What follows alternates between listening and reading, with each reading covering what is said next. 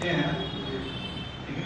तो निश्चित पूरी घटनाओं का अध्ययन क्या कहलाएगा? इतिहास कहलाएगा। ठीक, फादर की बात किया जाए, पिता की बात, इतिहास का पिता कौन? हेरोडोटस। हेरोडोटस, और ये हेरोडोटस जो है यूनानी है। हेरोडोटस की पुस्तक कौन है? इनकी पुस्तक का नाम है हिस्टोरिका। इनकी पुस्तक का नाम क्या है? हिस्टोरिका।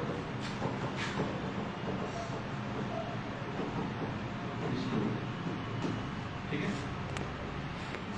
तो निश्चित पूरी घटनाओं का अध्ययन इतिहास कहलाता है। सर्टेन जैसे कुछ एग्जाम्पल है, और इसके पिता कौन हुए? हेरोडोटस। हेरोडोटस जो है यूनानी है। इनकी पुस्तक कौन है? हिस्टोरिका। यानी इतिहास जो है किस शब्द से बना है? इतिहास यह यूनानी शब्द से बना है।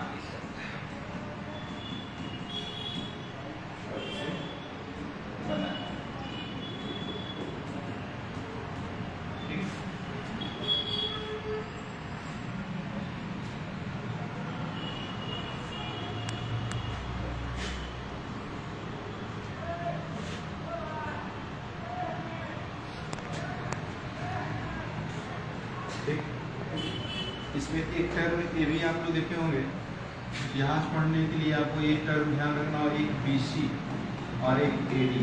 समझते हैं? बीसी हिंदी में हम लोग बोलते हैं ईसा पूर्व या ईसा पूर्व, यानी क्या? ईसा मसीह के जन्म के पहले, ईसा मसीह के जन्म के पहले की जो घटना है उसे हम लोग क्या कहेंगे? बीसी। और ये हो गया आपका ईसवी सन, यानी ईसा मसीह के जन्म के बाद। ईसा मसीह के जन्म के बाद की घटना वो किसमें हम लोग पढ़ेंगे? एडी में। बीसी फुल क्या? फुल फॉर्म क्या होता है इसका? Before Christ. और ये क्या हो गया आपका? एनो डोमिनी। एक है ईसा मसीह के जन्म के पहले की जो घटना पढ़ेंगे हम लोग बीसी में, और बाद की घटना पढ़ेंगे अगर हम लोग आगे चलेंगे। अभी हम लोग किसमें चल रहे हैं? एडी में चल रहे हैं, एनो डोमिनी में। ठीक है। तो इसी से रिलेट करेगा आपको दो कैलेंडर आप लोग नाम सुनेंगे। एक विक्रम संवत नाम सुनिए, और दूसरा जो है शक संवत। भारतीय कैलेंडर किस संवत पर आधारित है? शक संवत। विक्रम संवत का पीरियड है 57 BC, और इसका पीरियड है 78 AD।